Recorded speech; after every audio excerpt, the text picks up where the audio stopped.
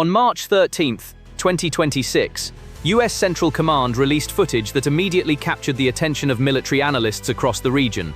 The images showed something that hadn't been seen in this operation before: A-10 Thunderbolt II aircraft, the most recognizable ground attack platform in the American arsenal, actively engaging Iranian-backed militia positions inside Iraq, not from high altitude, not through a targeting system on a stealth aircraft thousands of feet above the battlefield, but low, slow, and visible, the Warthog doing exactly what it was built to do. The question that immediately followed was not whether the deployment was effective, the question was what it signaled about where Operation Epic Fury was heading, and what it said about the pressure now being applied directly to Iran's ground-level network in Iraq. To understand why this development carries strategic weight, you have to look at what the operation looked like before this moment. Operation Epic Fury commenced on February 28, 2026, with US and partner forces targeting locations tied to the Iranian regime's security apparatus and areas considered to pose imminent threats. In those opening days, the campaign was dominated by strategic assets, long-range bombers, stealth aircraft, and precision munitions striking hardened military infrastructure, missile storage facilities, and command structures inside Iran itself. During the first 48 hours, the US Air Force employed the A-10 Thunderbolt II alongside strategic bombers, fighter jets, missile defense systems, naval forces, rocket artillery, reconnaissance assets, and counter-drone systems. But at that stage, the Warthog's role was largely supporting and overwatch in nature. What changed in the days that followed was the nature of the threat on the ground. Iranian-backed militias in Iraq escalated their operations significantly, with the Islamic resistance in Iraq claiming over 29 separate operations in a single 24-hour period, targeting US military facilities and coalition positions across Iraq and the wider region. These weren't symbolic gestures. Drone strikes hit coalition positions in Erbil, the Kurdistan region, and at bases near Baghdad International Airport. A militia identifying itself as Kurdistan Revolutionary, Hezbollah claimed responsibility for a suicide drone strike on a hotel in Erbil, reportedly hosting US personnel, as well as attacks targeting the US military installation at Erbil International Airport, with operations described as involving coordinated rocket and drone strikes, including Murad 5 drones, reportedly based on the Shahed 101 platform. The scale of these attacks created a situation that high-altitude platforms and strategic bombers were not optimally configured to address. The threat was dispersed, mobile, and embedded in the terrain. It required a different kind of response. That is precisely the gap the A-10 was sent to fill. The Thunderbolt II, widely known as the Warthog, was not designed for the kind of deep strike missions that have defined much of Operation Epic Fury's opening phase. It was designed to get low, get slow, and stay on target.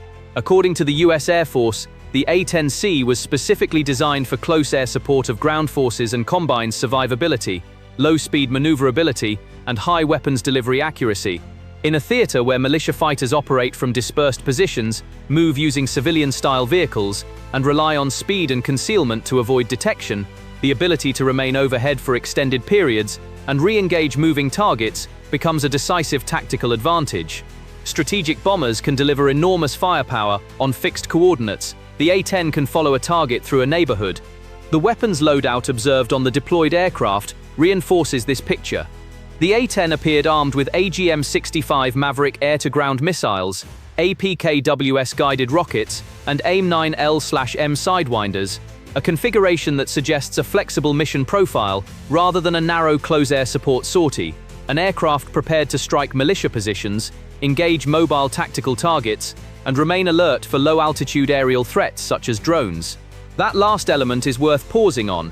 The inclusion of short-range air-to-air missiles signals that the operational environment around these missions carries aerial threat considerations, almost certainly from Iranian-supplied drones that have been used extensively by militia groups throughout the campaign. The Warthog isn't just hunting fighters on the ground, it's operating in an airspace where it also has to defend itself from a threat that didn't exist the last time this aircraft saw heavy combat in the region. The specific militia formations targeted in these strikes tell you a great deal about where US strategic pressure is being concentrated. Strikes in Iraq's Nineveh Governorate targeted facilities belonging to Kataib Saeed al-Shuhada, a US designated group that controls the 14th Brigade of the PMF, as well as the PMF's 30th Brigade, a militia drawn mostly from the Shabak ethnic minority in Nineveh, with close ties to Iran's network in Iraq. The 30th Brigade is not a peripheral formation. It is a unit embedded in northern Iraq's complex ethnic and political geography, operating near Mosul in terrain that offers cover and the kind of ambiguous civilian proximity that makes air operations significantly more complicated.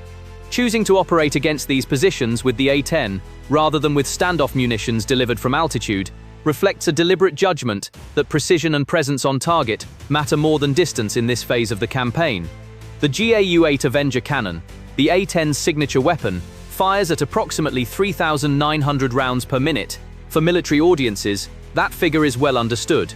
For a broader audience, the practical implication is this: a single firing pass from an A-10 delivers devastating and sustained firepower against armored vehicles, artillery positions, crew-served weapons, and dispersed infantry in a matter of seconds. During Operation Desert Storm, A-10 units flew more than 8,000 sorties and destroyed large numbers of armored vehicles, artillery, and supply convoys, achieving a 95.7% mission-capable rate. The aircraft earned its reputation in conditions where the ground threat was primarily conventional armored formations. What makes its current deployment notable is that the opponent has changed. The militias operating in Iraq today are not organized in tank columns. They operate in the shadows of urban environments, using asymmetric methods precisely because they know they cannot match American conventional firepower in an open engagement. That asymmetry creates the central operational challenge for A-10 employment in this theater. When militia fighters operate in dense urban areas, wearing civilian clothing, moving in unmarked vehicles, and storing weapons in locations shared with civilian populations, the calculus for low-altitude strike operations becomes significantly more demanding.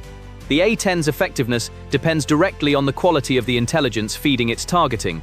This means the aircraft does not operate in isolation. It operates as part of a layered intelligence and surveillance architecture that includes reconnaissance drones, signals intelligence, and human intelligence networks on the ground. The Warthog is the terminal element of a decision chain that begins far above and far before it enters the target area.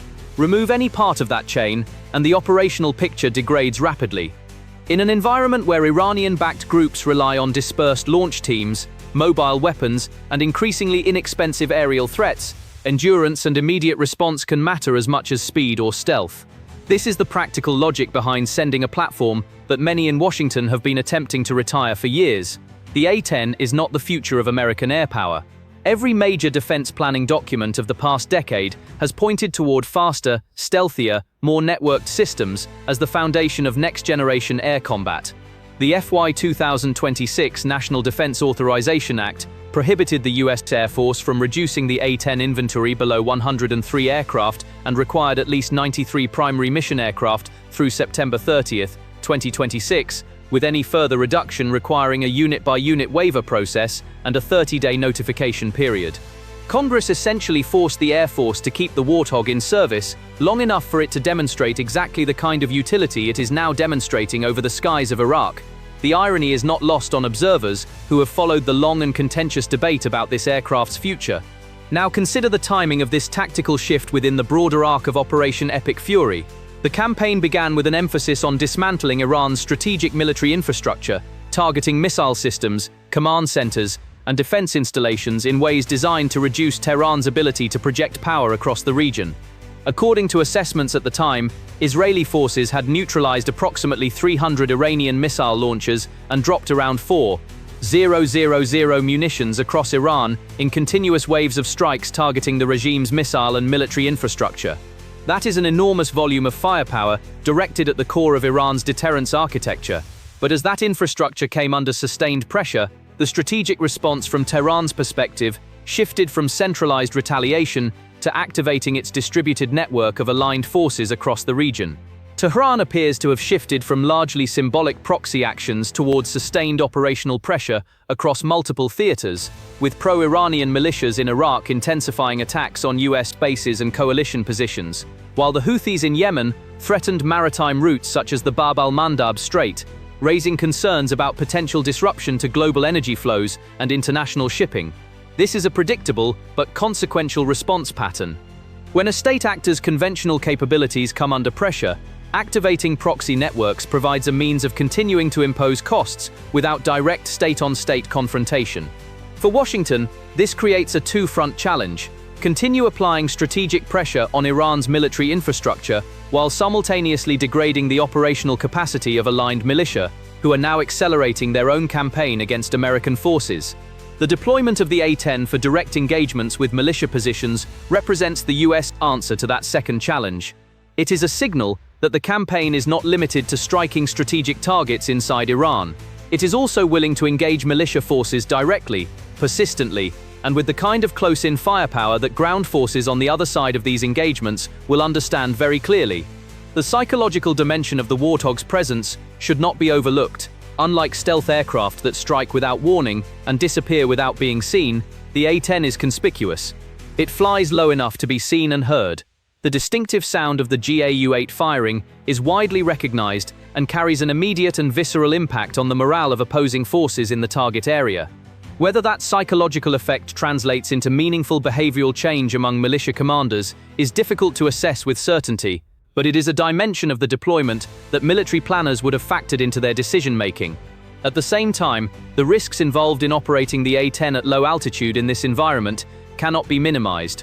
The aircraft's survivability depends on a fundamental assumption that US forces maintain effective control of the airspace over the operating area. Man-portable air defense systems, shoulder-fired missiles capable of engaging low-flying aircraft, represent a real threat in an environment where Iran has consistently supplied its aligned militia networks with advanced military equipment over many years. Any degradation of air superiority in the operating area would dramatically change the risk calculus for A-10 missions. The aircraft can absorb significant punishment. In 2003, Captain Kim Campbell returned a heavily damaged A-10 using manual controls after sustaining extensive anti-aircraft fire damage resulting in hundreds of small holes in the fuselage. But survival in that instance reflects the aircraft's remarkable design margins, not immunity from ground-based threats. The KC-135 incident on the same day as the A-10's most visible engagements adds another layer of complexity to the operational picture.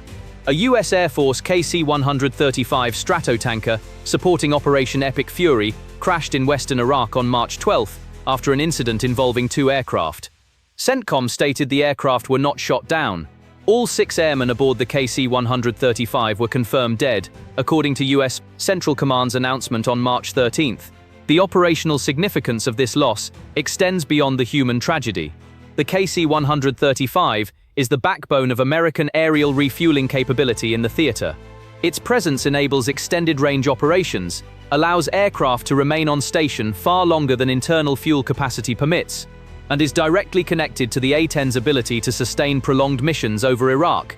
CENTCOM specifically highlighted the A-10's ability to remain on station for hours during refueling operations, presenting it as a demonstration of sustained American air power in an active combat theater.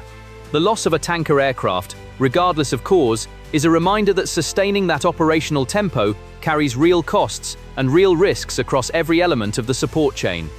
Iranian-aligned militia groups moved quickly to claim responsibility for the KC-135 loss. This is a well-established information operation pattern. When opposing forces suffer a setback, even one attributable to accident or mechanical failure, aligned groups will claim it as a battlefield achievement. CENTCOM directly addressed this by confirming the crash was not the result of hostile fire. The distinction matters because the information environment surrounding this conflict is as contested as the physical one.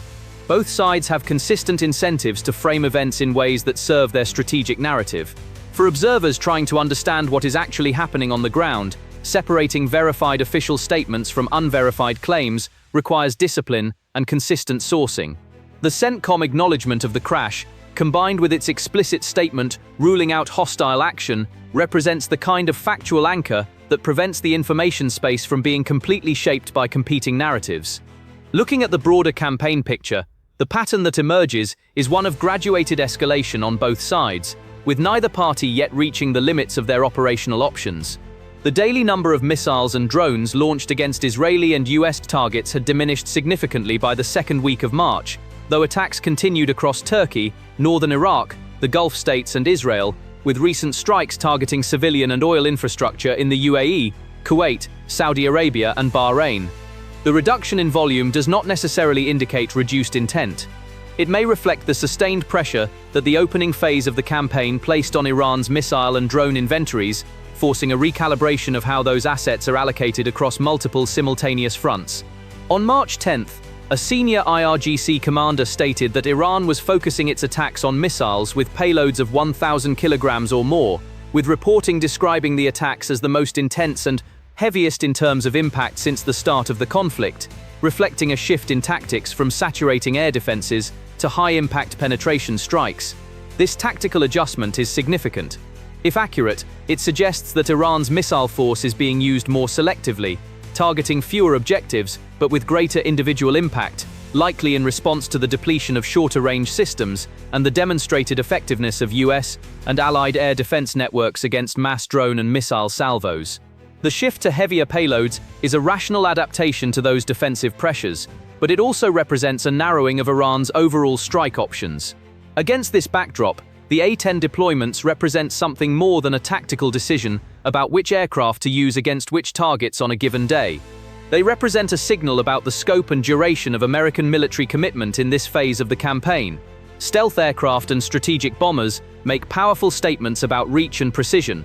The A-10, flying at low altitude over Iraq, makes a different kind of statement, that American forces are prepared to engage militia networks at close range, persistently, and across the breadth of Iraq's territory. The airstrikes aimed not only to address immediate threats, but to communicate a clear message to Iranian-backed militia groups regarding US military capabilities and operational resolve in the theater. The critical question now is whether sustained pressure on PMF formations in Iraq will alter their operational behavior, or whether it will simply harden their resolve and push their operations deeper into urban environments where the risks of collateral damage make air operations more constrained. Historical precedent from earlier campaigns in Iraq and Syria offers a mixed picture. Sustained air power pressure can degrade logistics, reduce operational tempo, and inflict significant attrition on militia forces. But it has rarely proven sufficient on its own to eliminate the threat from deeply embedded, ideologically motivated organizations with distributed command structures and robust resupply networks. The question of whether Operation Epic Fury has accounted for that historical pattern in its planning is one that analysts across the region are now actively examining. Several developments over the coming days will be particularly significant. The rate of militia attacks against US positions in Erbil and around Baghdad will serve as a primary indicator of whether the A-10 strikes are achieving their intended effect of degrading militia operational capacity. Any change in the geographic distribution of militia activity, a shift away from northern Iraq towards central or southern areas, would suggest adaptation rather than suppression. The fate of the diplomatic channel remains a parallel track of critical importance. Iran has been passing messages to Gulf states indicating openness to de-escalation, though no known public response from the US or Israel had been reported at the time those signals emerged. Whether those signals represent a genuine strategic reassessment by Tehran or a tactical pause intended to reduce pressure while capabilities are reconstituted is a judgment call that will be shaped by observable behavior on the ground in the days ahead. What is clear at this moment is that Operation Epic Fury has entered a more complex phase than its opening strikes suggested. The initial hours of the campaign were defined by the overwhelming application of strategic air power against fixed, high-value targets. The deployment of A-10s against PMF positions in Iraq signals a deliberate shift toward direct engagement with the distributed ground-level network that Iran uses to maintain pressure on American forces and regional partners. That shift brings new capabilities to bear on a specific tactical problem, but it also introduces new operational risks and raises the strategic question of what conditions would need to be met for this phase of the campaign to achieve its intended objectives. The Warthog flying low over Iraq is not the end of a story. Based on current assessments, it is the opening of a harder, more complex chapter. This report is based on observable developments and strategic analysis, with some details still evolving as events continue to unfold.